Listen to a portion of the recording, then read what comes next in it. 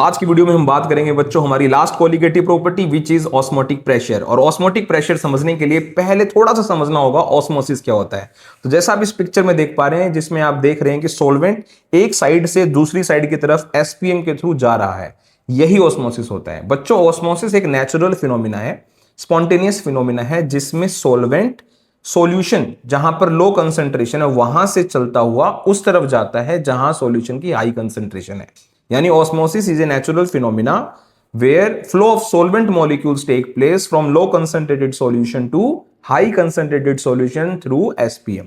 अब सपोज करो आपके पास एक बीकर है और बीच में एसपीएम है, ठीक है, जैसे आपने पिक्चर देखी वैसी, जिसमें एक तरफ सॉल्वेंट है और एक तरफ सॉल्यूशन है, ठीक है।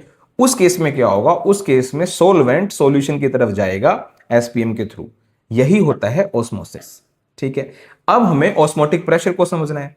तो जैसा आपने ऑस्मोसिस समझा जिसमें सॉल्वेंट लो कंसंट्रेटेड सॉल्यूशन से हाई कंसंट्रेटेड सॉल्यूशन की तरफ जा रहा है या सॉल्वेंट से सॉल्यूशन साइड जा रहा है डिपेंडिंग अपॉन द कंडीशन, तो ऑस्मोटिक प्रेशर वो प्रेशर है जिसमें आप हाई कंसंट्रेटेड सॉल्यूशन की तरफ, क्योंकि सॉल्वेंट का फ्लो उसी तरफ है, आप हाई कंसंट्रेटेड सॉल्यूशन साइड की तरफ प्रेशर लगाएंगे ऑस्मोसिस को जस्ट स्टॉप करने के लिए। जस्ट जैसे ही ऑस्मोसिस रुकेगा उस प्रेशर को मेजर कर लिया जाएगा and that pressure is osmotic pressure.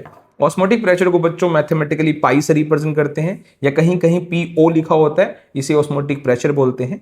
और जब मैथमेटिकली इसको देखते हैं तो ऑस्मोटिक प्रेशर कंसंट्रेशन मतलब मोलर कंसंट्रेशन और टेम्परेचर ऑफ द सॉल्यूशन पे मैथमेटिकली डिपेंड करता है।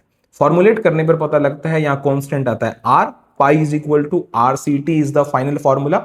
इसमें जो आर होता है उसे सॉल्यूशन कांस्टेंट कहते हैं, उसकी वही वैल्यू होती है बच्चों जो गैस कांस्टेंट की होती है।